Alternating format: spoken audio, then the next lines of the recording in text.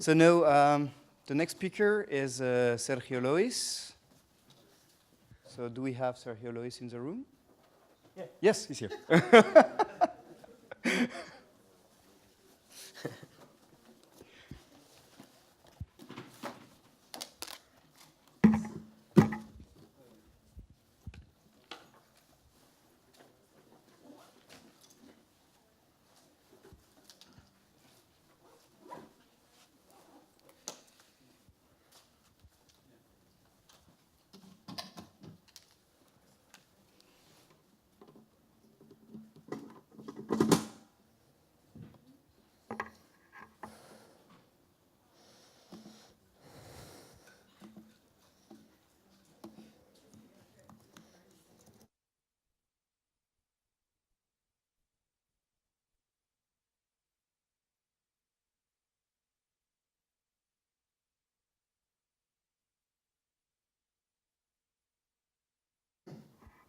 Well, Sergio is setting up the computer. Let me introduce him a little bit. So Sergio has a PhD in biochemistry, and then he has worked in cancer medicine. He has worked at the Hospital de Vall d'Hebron, so here in Barcelona, focusing on DNA methylation and genetic variations associated to disease. And he's now a member of the Bioinformatics group at the company Sistemas Genómicos, which is part of a huge conglomerate of companies that include hospitals, radiologic centers, and Sistemas Genómicos was in Spain. So was really a vanguardist company. So trying to, well, not trying, they have done that. So defining genes panels so as to predict the risk of developing very specific diseases, and then so anticipating that risk, and then of course so adjusting, working with the hospitals to adjust patient monitoring and treatments, etc. But no, so Sergio will talk more in detail about all this work. That is not an easy work. Yeah. Good morning, everyone. Thank you for your nice introduction. First of all, I would like to thank the organization for the invitation and give me the opportunity to show you part of my research working on gene panels for clinical diagnosis. Specifically, I would like to show you a study in which we are reassessing the impact of incorporating the identification of copy number variants into the routine diagnostic testing for inherited cardiovascular disorders. So, well, my name is Sergio Lois, and I'm doing my research as a bioinformatician in Sistemas Genómicos, a company located in Valencia, here in Spain, that offers integrated solutions for genomic analysis and genetic diagnosis, and collaborates with hospitals, institutions, and universities in national and international research projects. In this picture, you can see that we are an interdisciplinary team of over 100 people, specialized in genetic sequencing focused at the fields of healthcare, food and agriculture, and genomic research. Well, first, I'm going to talk a little bit about gene panels and bioinformatic analysis. After that, I would like to show you some results about the application of gene panels analysis in the genetic diagnosis of cardiovascular disorders. And in a second part of the talk, after a brief introduction about copy number variation and its role in human health, I'm going to show you some details about CNID. CNID is our algorithm for the identification of copy number variants in gene panels. And finally, I'm going to show you some results of its clinical application in genetic diagnosis of cardiovascular disorders. Well, target resequencing is a next-generation DNA sequencing technique focusing on specific genomic regions of interest. This technique incorporates bioinformatics approaches that produce a large amount of data at a fraction of the cost involved in traditional methods like Sanger sequencing. There are different types of targeted resequencing depending on the regions of interest.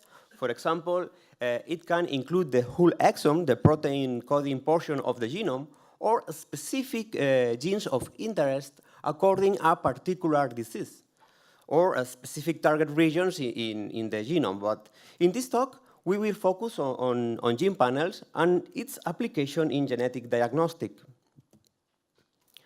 Target resequencing in gene panels allow us to identify variants, including single nucleotide variants and small insertion and deletions. The interpretation of variant effect, considering the context and characteristics of the variant, establish a relationship between the patient's phenotype and its genotype.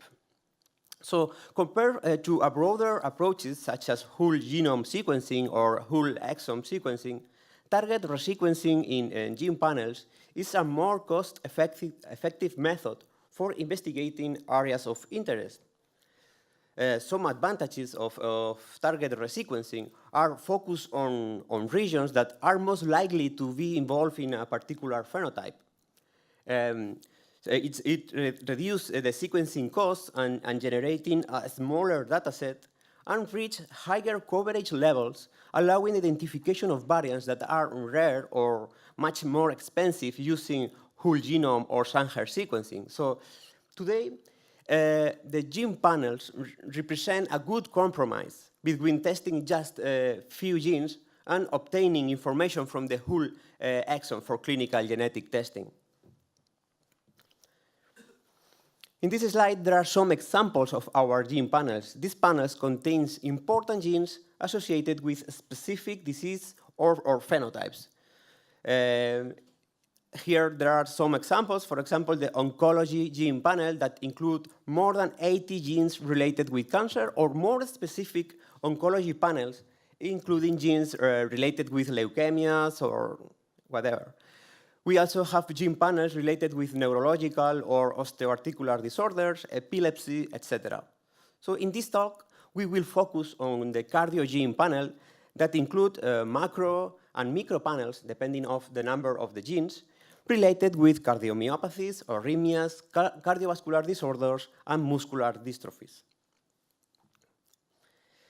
The customization of these gene panels requires the interplay between the three units involved: the next generation sequencing unit, the bioinformatics unit, and the medical genetics unit.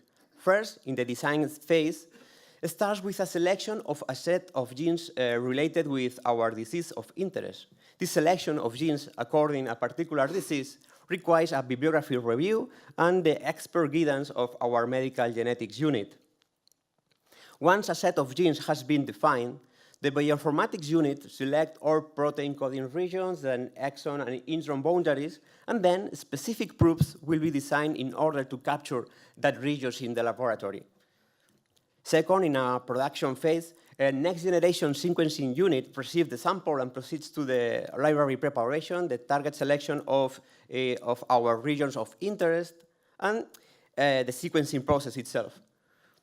Once the sample has been sequenced, a bioinformatics unit launches a specific pipeline for DNA resequencing, and this pipeline consists of the evaluation of sequencing reach and capture protocols to check if that regions of interest has been properly captured, the identification of variants in protein coding regions, and finally, variants are filtered out and prioritized to facilitate the work of medical genetics unit. The medical genetics unit focuses on the clinical interpretation of variants, the laboratory validation of those variants that will be reported, and finally, candidate variants or negative results are reported to clinicians. An important role of the bioinformatics unit is the creation of automatic pipelines in order to apply different kinds of data analysis based on sequencing data. In short, Sequencing data consists of millions of pairs of short genomic sequences, around 100 bases. So this machine, the high-seq Illumina sequencer, produces 200 millions of reads. In the case of gene panels, we apply our standard DNA sequencing pipeline in order to transform these millions of reads in a list of candidate single nucleotide variants and small insertion or deletions. Now we are going to overview a little bit the main steps of the pipeline applied to the analysis of gene panels. Before the analysis, it's very important to check the quality of the sequencing data. We use different tools and different metrics for checking the quality of the data generated by the Illumina platform. For example, we check if exists low quality positions in our reads, or if there are some sequences, artifacts, or adapters that could compromise the next steps of the pipeline. For example, in the right graph, we have identified as bias in the first 15 positions of our reads, probably by the presence of an adapter or a sequence artifact. So in this case, the solution is to remove it. And as far as possible, Bioinformatics unit must solve all these kind of problems so that the rest of the pipeline steps are not affected. The read alignment step is an essential, very complex, and computationally expensive step. In this step, we have to find the exact position of these millions of reads in a reference genome. So it's like a big puzzle that you have to solve as soon as possible. In this step, we use tools that compare the sequence of millions of reads in just few hours. For example, in this slide, you can see the real coverage of the gene called 3A1. The blue boxes at the bottom of the slide represent the regions of interest of our panel. And you can see that we are perfectly capturing all protein regions of all protein coding nexons of these genes. So the red depth is a commonly used measure of coverage that refers to the number of reads that are covering a specific or a particular position of the genome. After the alignment step, as you can see, we generate a lot of statistics and graphs in order to check if the target enrichment protocol has worked correctly. We check if most genes of the panel have been properly covered, and if we have enough coverage levels for the next step, the variant calling step. In this table, you can see that some genes in red are not properly covered, and in green, those genes that have been covered with a mean coverage higher than 200 reads per position. Once most of our genes are covered, in variant calling step, we identify differences between the sequencing data and our reference genome. It's very important in this step to study the performance of variant callers, optimize its parameters, and apply the most appropriate algorithm depending on the type of samples.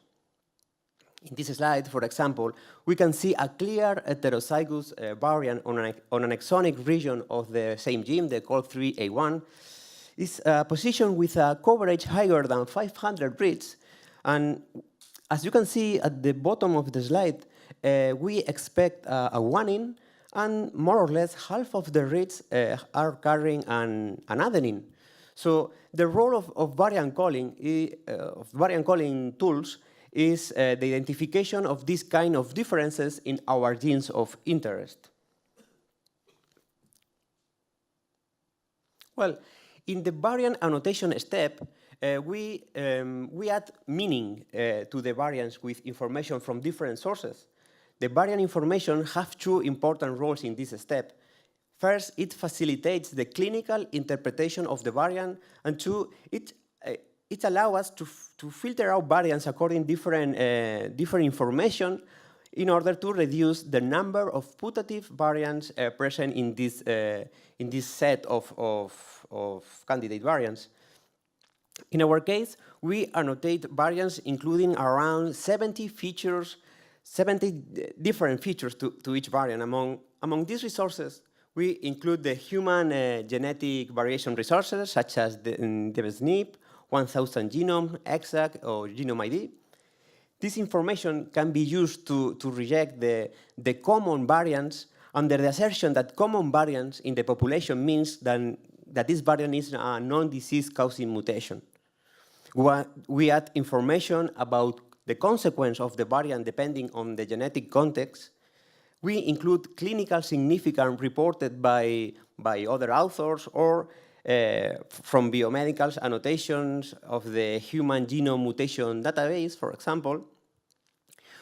We also include in silico pathological predictors in order to evaluate the impact of the changes on gene function.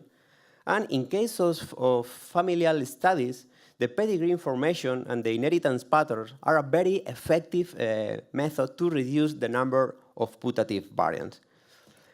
So I would like to show you some results about the application of our pipeline in the molecular diagnostic of cardiovascular disorders. Cardiovascular disorders are the main cause of death around the world. Most of cardiomyopathies and canalopathies have a genetic origin, and they are characterized by the high risk of sudden death and the chronic morbidity.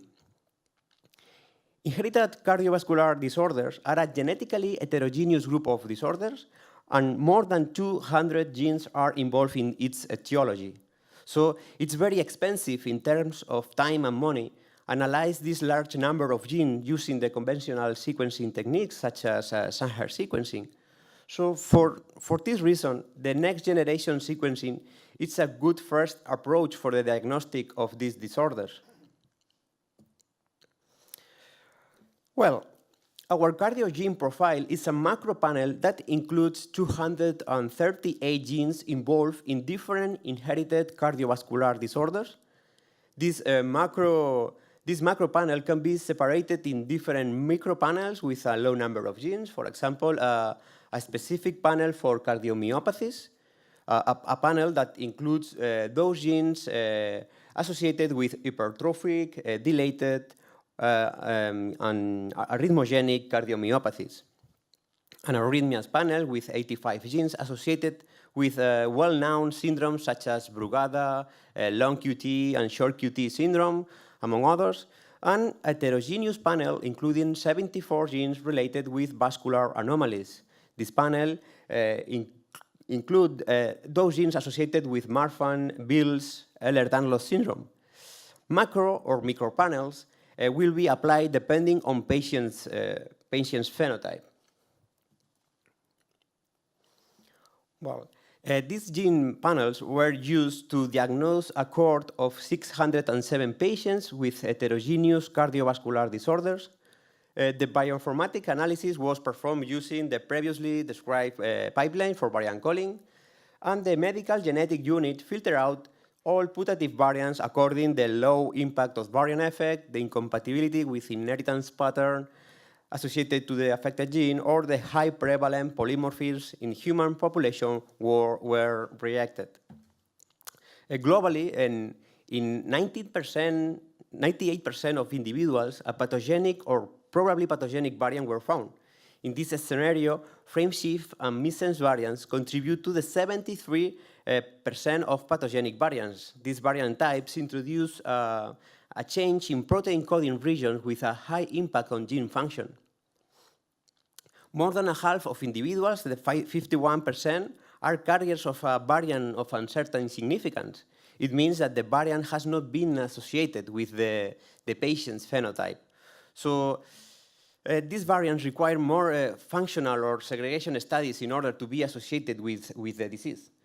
And finally, in 21% of individuals, no candidate variants were found. So summarizing, the application of gene panels in cardiovascular disorders reached a diagnostic yield around 28%. This value has previously reported by other authors for this group of disorders. However, we don't have a clinical diagnostic for 72% of the cases. So at this point, we think that But it's very important to know that the focus on single nucleotide variants alone will not capture the full range of the meaningful human genomic variation. The genetic variation in human genome exists in different forms, ranging from chromosomal alterations to single nucleotide polymorphisms, ranging from large to a single base change. So single nucleotide polymorphism was thought to be the predominant form of variation in human genome and accounted for the majority of phenotypic variability. But some years ago, the copy number variation has emerged as an important genetic marker in addition to single nucleotide polymorphism. Gene panels were initially deployed for detection of single nucleotide variants and small insertion and deletion, but many of these panels include genes for which copy number variation is also an important source of pathogenic variation. Well, the copy number variation is defined as the gains or losses of a DNA segment larger than 1 kilobase. It's one of the most prevalent type of structural variation, and Redon and colleagues discovered that copy number variants covered around 12% of human genome. Copy number variants don't always have a negative effect on health because approximately 100 genes can be completely deleted without producing a phenotypic traits. However, half of the copy number variants detected overlaps with the protein coding region, so we could expect that some copy number variants are likely to have a role in the alteration of human physiological conditions.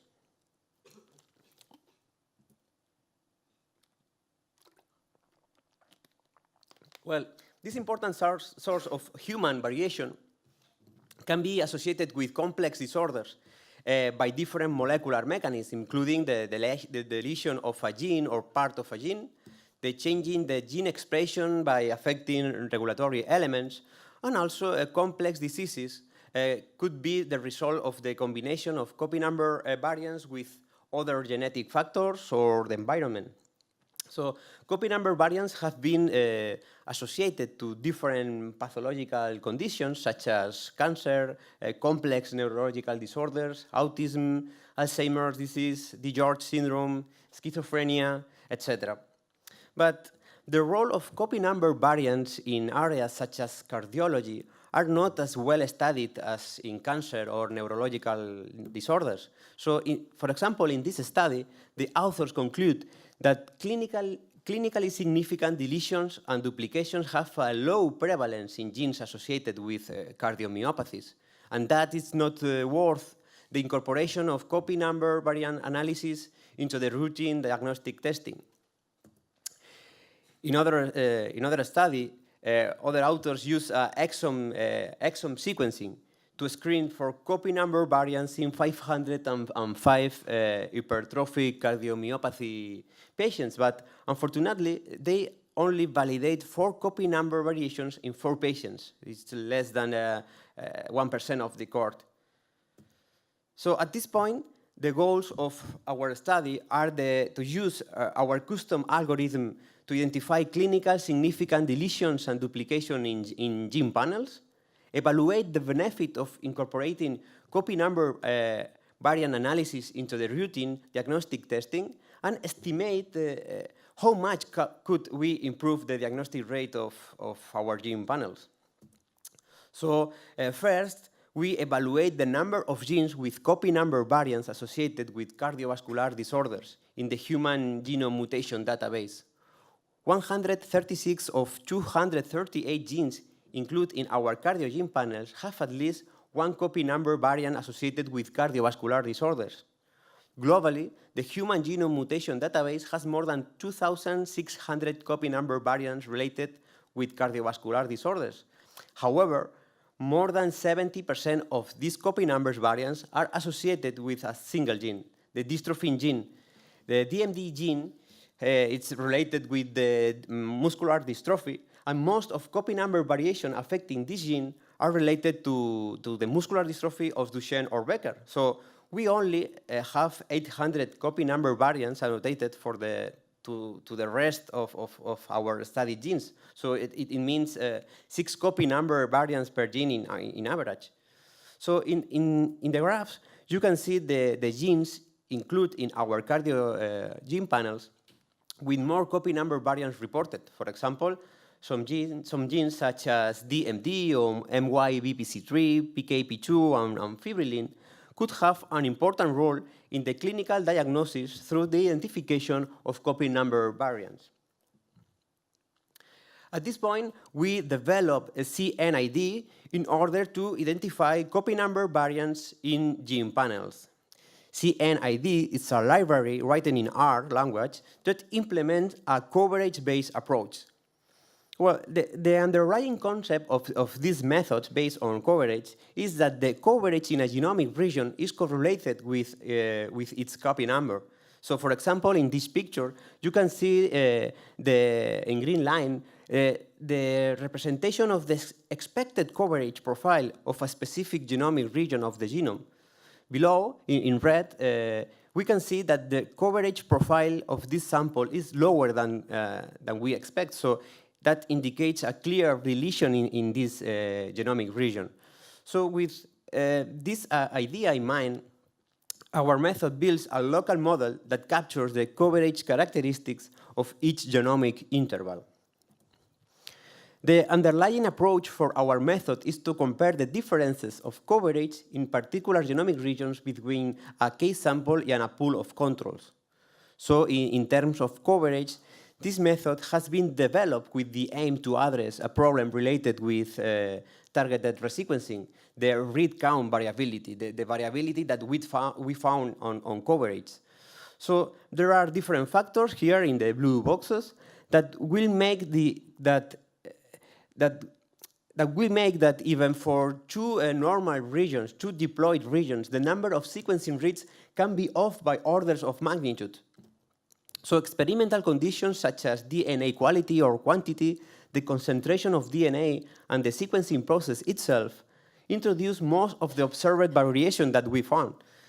The coverage can also be highly variable in regions with highly homologous pseudogenes or regions with repetitive genomic elements.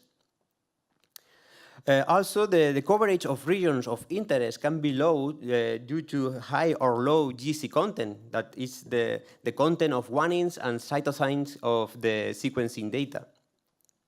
The target capture, the protocols of target capture, among other features, can also introduce biases in the coverage levels.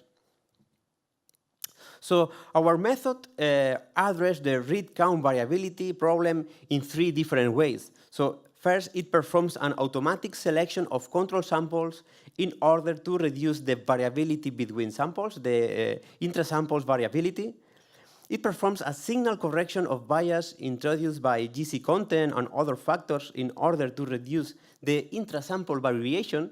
And it classifies some regions according to some conflicting factors like highly homologous regions or repetitive elements, because these regions could be an important source of false positives. CNID algorithm is divided in 6 main steps: the extraction of raw coverage from alignment files, the BAM files, the automatic selection of control samples, the correction and normalization of read coverage across samples, depending on different factors, and the calculation of a logarithmic transformation of the ratio between the case and the controls.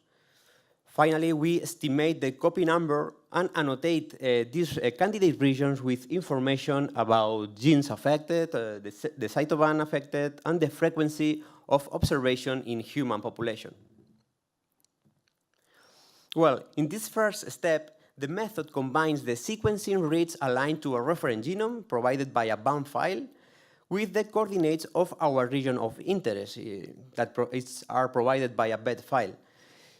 This combination is in order to calculate the coverage in each region of interest.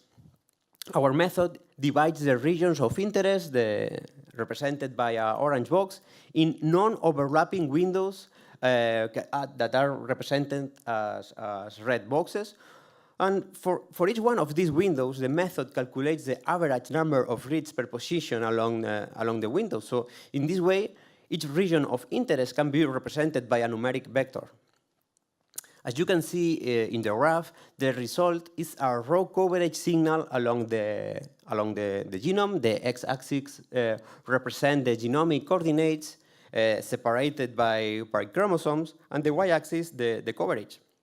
So it's important to keep in mind the high degree of variability that we observe in the read coverage. So you can see a wavy signal along the capture regions that makes difficult to identify copy number variants with this high degree of variation. In addition to the coverage, each window is characterized according to different features that could affect the levels of read coverage. Some of these features are the sequence content of guanine and cytosine, the length of the window, the length of the capture region, the relative position of the window to the center of the corresponding capture region, the distance to the nearest capture region, etc. So each window and its features can be represented using a numeric vector. Then, with all these vectors together, we can construct a numeric matrix that represents the gene panel coverage. For example, using this matrix, we can build models in order to predict the read coverage based on features such as GC content, length, or different regions characteristics. We have built random forest models that explain more than 90% of the variance observed and allow us to a pretty good prediction of the expected coverage in a particular window. So in the plot, you can see a very good concordance between the observed coverage and the predicted one along the diagonal, and a little bit of error that can difficult a little bit the prediction. But using these models, we have observed the importance of each one of these features in the prediction of coverage. And considering these different relationships between the features and the coverage, we can correct the coverage signal and reduce the observed variability introduced by different factors.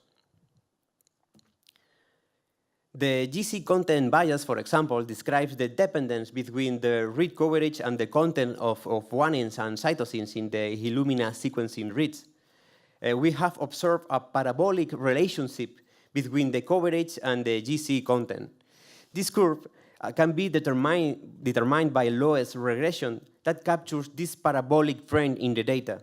So using this Lois model, we can correct the GC effect on coverage signal and force a more linear relationship between the GC content and the coverage. So as you can see in this graph, this correction transforms this wavy signal of the raw coverage in a more planar signal after the GC correction.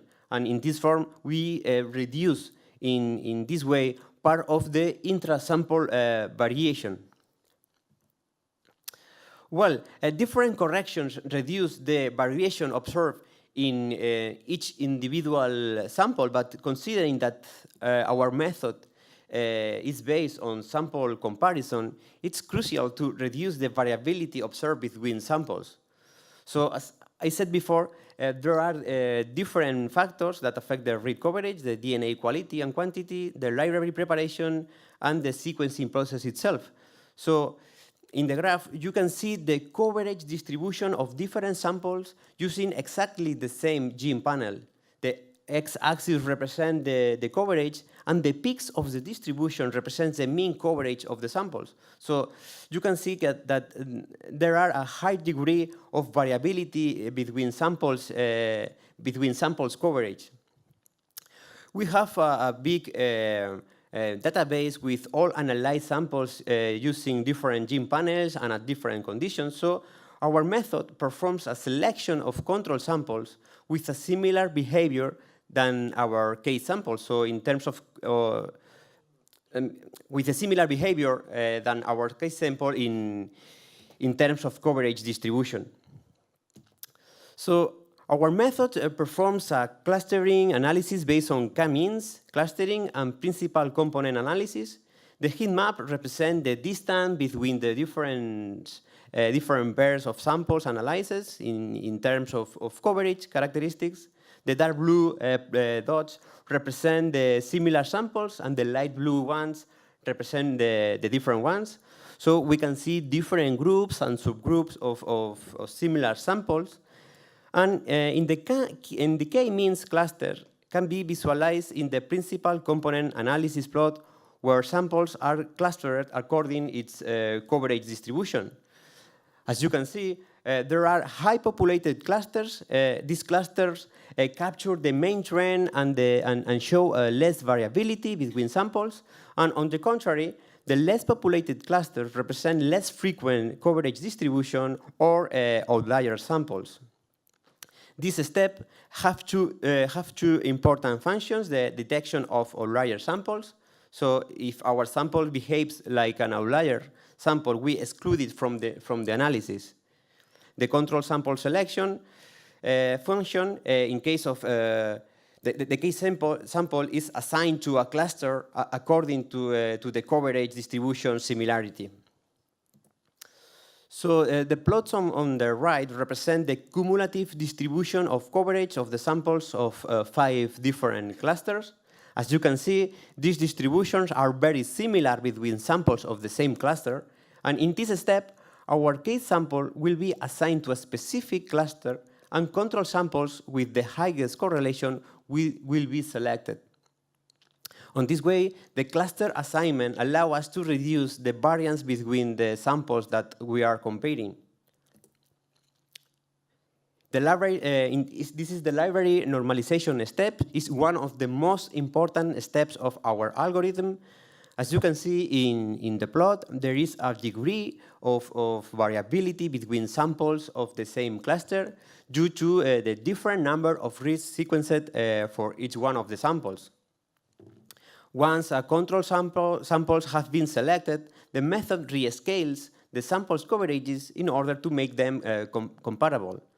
This step reduces the median standard deviation of the coverage among samples between 30 and 44%. As you can see, after normalization, all samples follow a similar coverage distribution. So these samples are ready to be compared. Well, the comparison between a case sample and a control allows us the identification of regions with coverage alterations. In this slide, you can see two scenarios. On the top of the slide, a normal sample. Below, a sample with a clear deletion from exon 3 to exon 11 of BRCA2 gene, a gene associated with breast cancer. The blue box plots represent the coverage distribution of control samples in each one of the windows along a specific region of the genome. The red line represents the coverage of a case sample. In the first case, the sample coverage behaves like the distribution in control samples, and on the contrary, in the graph below, we can see that our samples coverage in this region is lower than we expect. The coverage values of control sample are combined to take the weight average and the spread of the values at each genomic window. Our method uses robust statistical methods to build a baseline that indicates the expected coverage and the confidence of this estimation. So the application of robust statistical methods avoid the effect of outlier samples, and values near the center of the distribution have more weight than those far away from the center of the distribution. The comparison between the case and controls can be measured calculating a log transform ratio between the case and our baseline. The graph on the left shows a genome-wide representation of this logarithmic ratio. The values higher than 0 represents duplication, and values lower than 0 represents deletions. So we expect that most of the windows has a low ratio value around zero.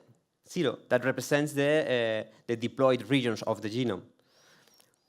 Our method uses a circular binary segmentation algorithm in order to define segments of the data with similar values of the log ratio, and identify breakpoints in this log ratio signal.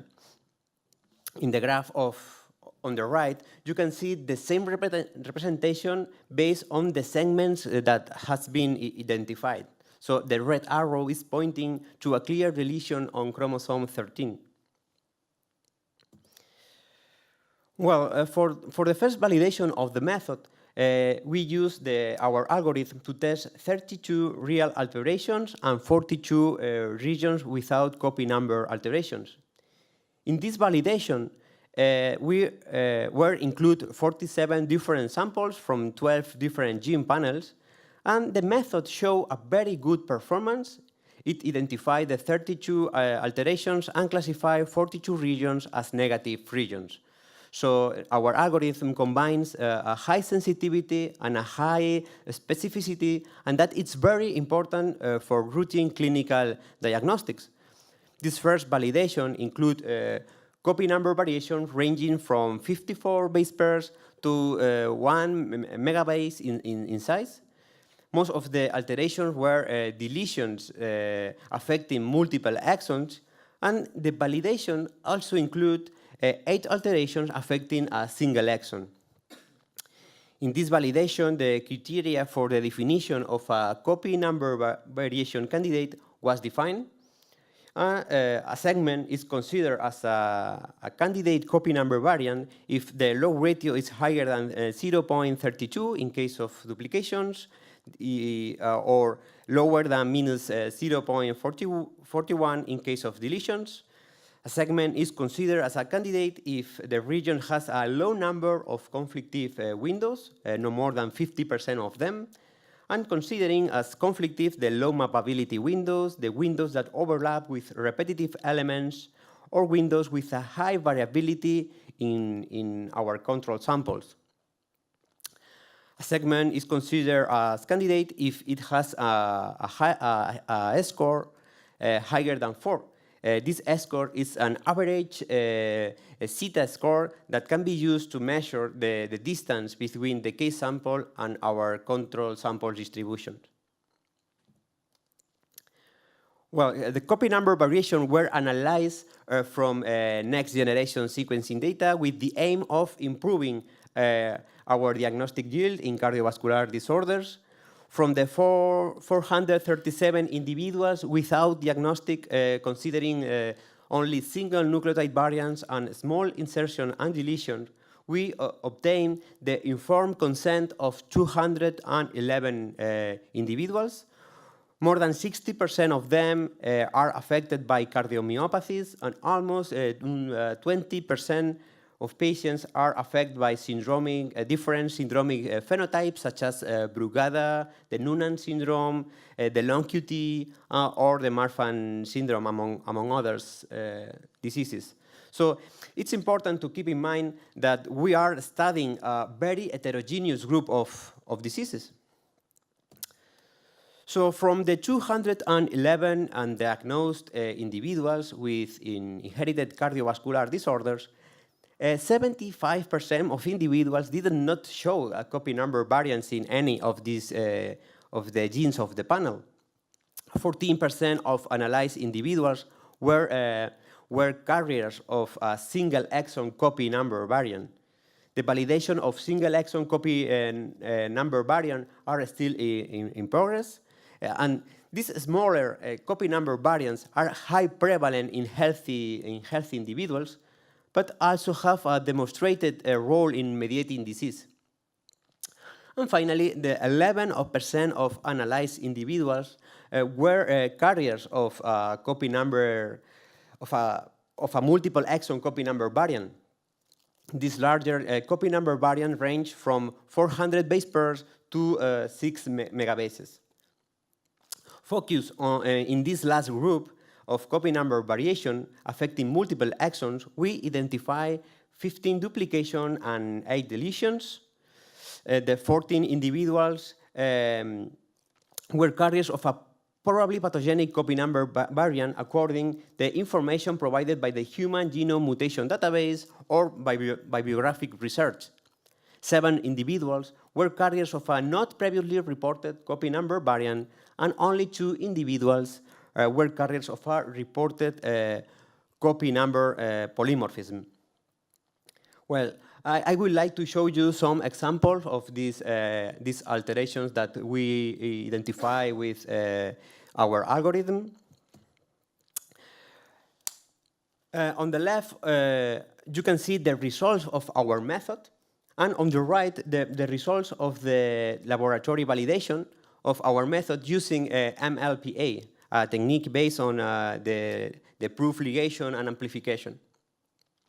In the top left graph, you can see a genome-wide representation of copy number estimation. The y-axis represents the copy number estimation, and the x-axis represents the genomic coordinates. Each one of the dots represents the copy number at a specific location of the genome. In this case, the red arrow is pointing to a 4 windows deletion at chromosome 15 with only a copy of that region. And in the bottom left graph, you can see a more detailed representation of the gene affected. This gene is the fibrillin 1. The graph shows the exon intron structure at the bottom of the graph.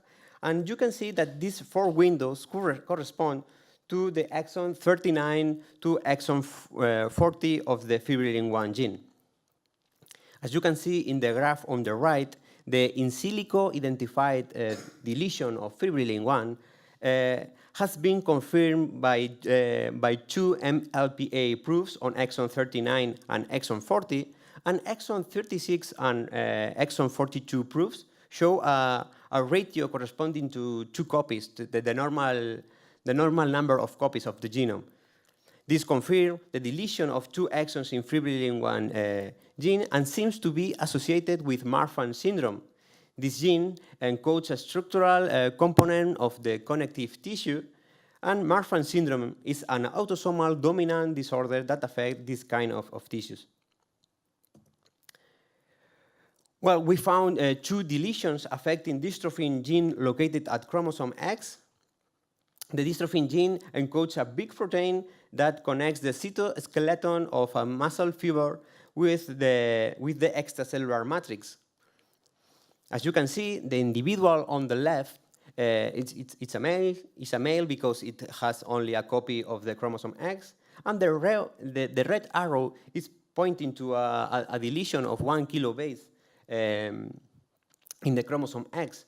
The gene level graph showed that this individual has 0 copies from exon 48 to exon 51 of dystrophin gene, and this copy number alteration is clearly pathogenic, and it seems to be associated with cardiomyopathy. The individual on the right, it's a female, and shows a deletion of 5 exons of the dystrophin of the same gene.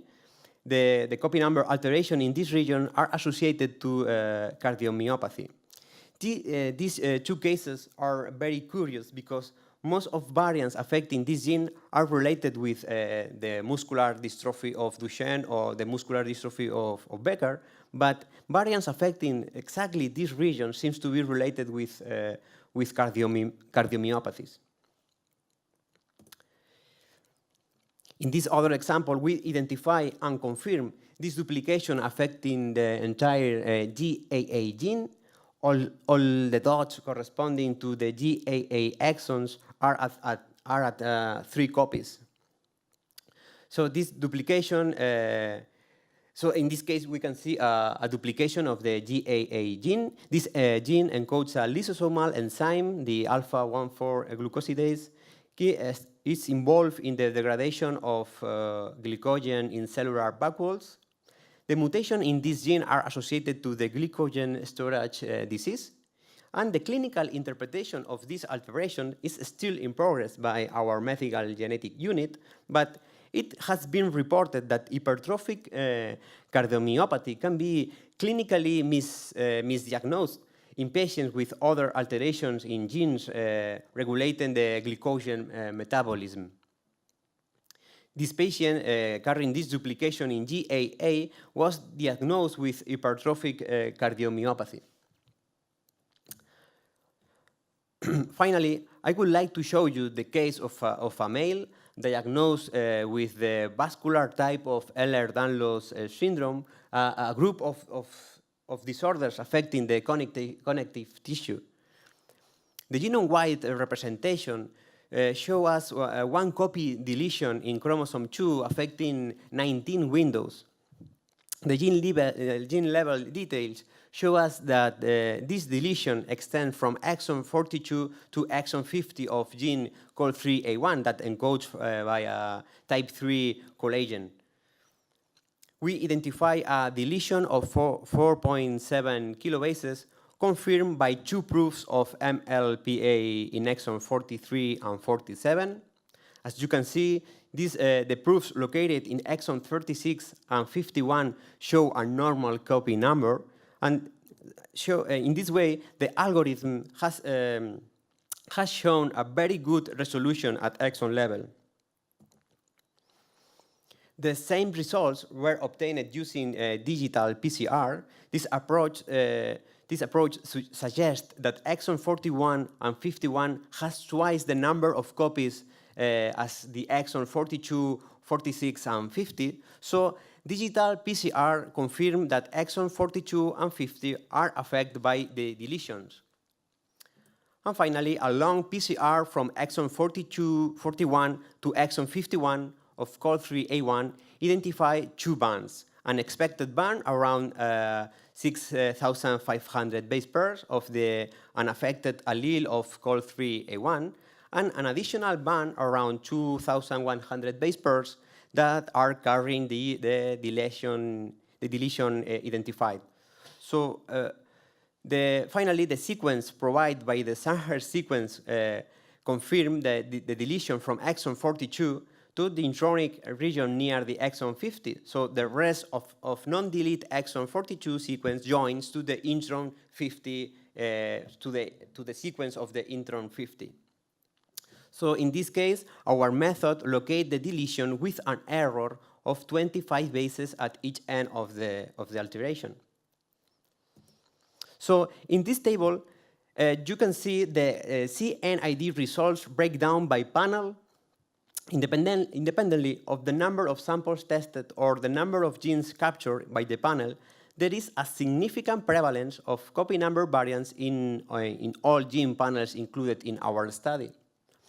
So it's important to note that, for example, in the case of cardiovascular gene panel, with only 54 genes and 21 samples analyzed, has detected 3 confirmed and pathogenic copy number alteration in 3 different genes related with the Marfan and Ehlers-Danlos syndrome.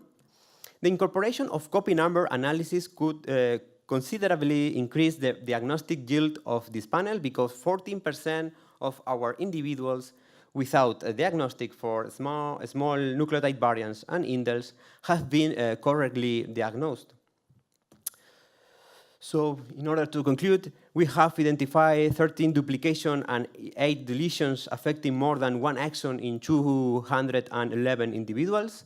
We show that at least 7% of individuals without diagnostic have a copy number variation in genes relevant to their clinical diagnosis. The incorporation of copy number variance analysis increased the diagnostic yield of gene panels diagnostic tests for cardiovascular disorders, and the detection of copy number variants from high coverage sequencing data provides the unique opportunity for the simultaneous analysis of novel disease-causing variants and small indels, a strategy that has been proved successful for the diagnosis of cardiovascular disorders. And that's all. Thank you for your attention. Thank you very much, Sergio, for this very interesting talk. So this talk contrasts a lot with the others because all this work is performed in a company. that has to make money Yeah. out of the technology to survive. So yeah, I think this is a great particularity, and I think you're indeed doing a lot, investing a lot. So as a company, so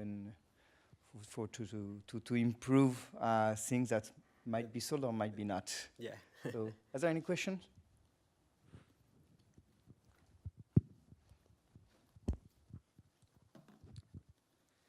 I was wondering, because now in the end, when you talk about the gene panels and how are they useful for diagnosing diseases, have you correlated that with outcome data apart from diagnosis? Have you studied whether or not your classification or what you do correlates with outcome, like whether or not the patients die more or less, depending on the...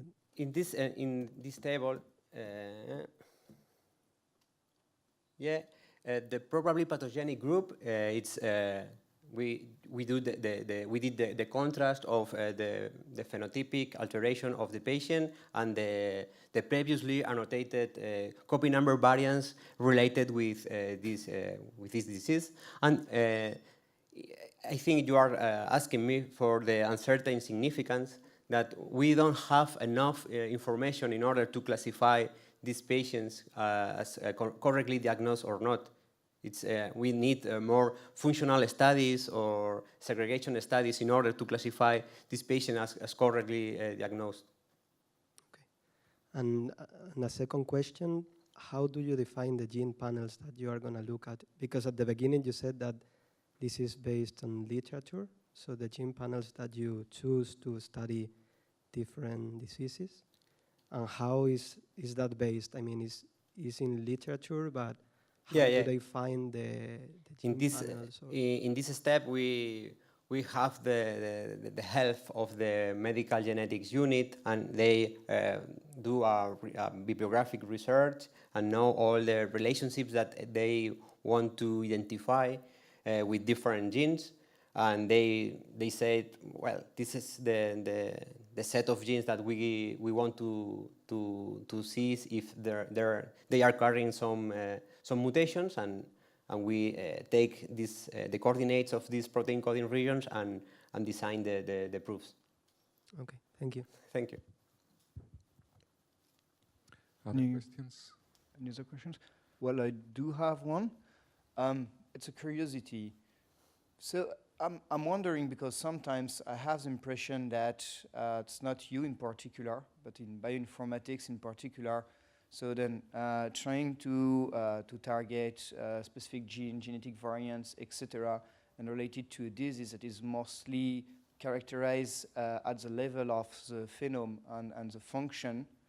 So I have the impression somewhere the mechanistic aspect of the expression of multiple genes is lacking, and I'm not sure it can be very thoroughly captured through bioinformatics techniques.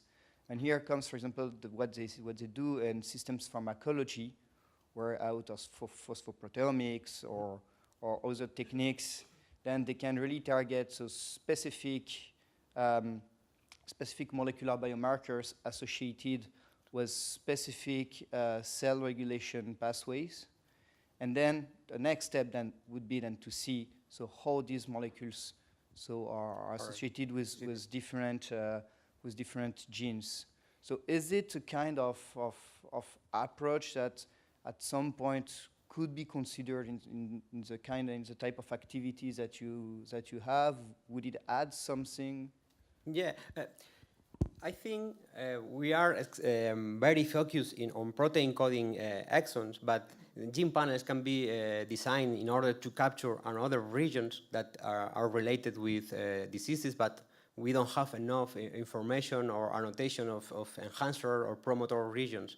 But I think you asking for a correlation of different pathways in in order to focus on a disease, considering different pathways. So I think it's in the part of the clinical interpretation that we can include different pathways information or gene ontologies that, for example, the human phenotype ontology, I think that relates different phenotypes with different genes or different regions, and you can explore the different branches of this ontology that are affected by certain mutation or in certain diseases, and then capture these regions that are affected in different diseases of, I don't know if.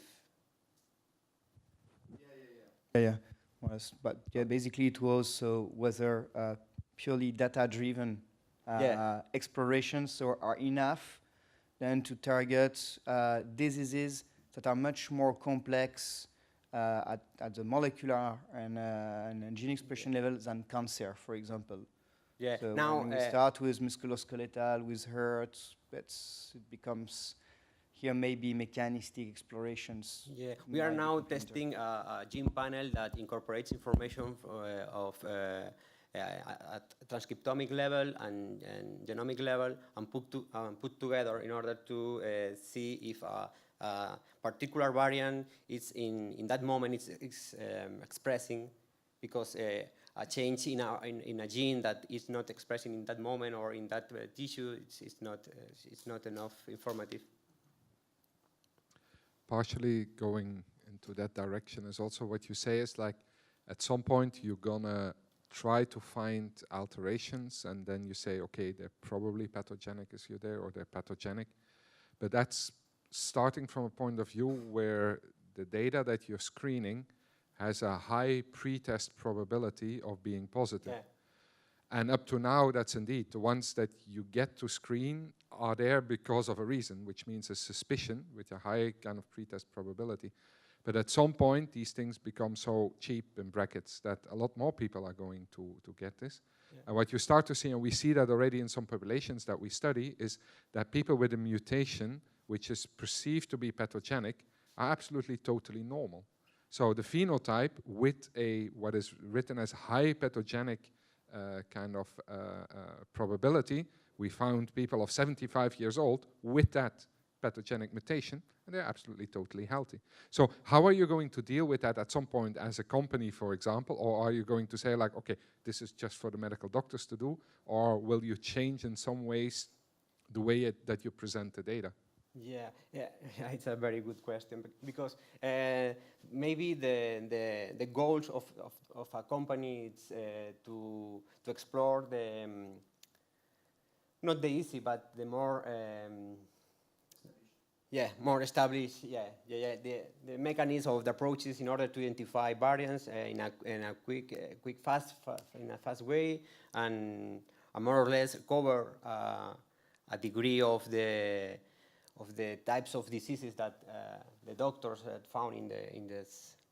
So it's interesting, but I think it's out of the scope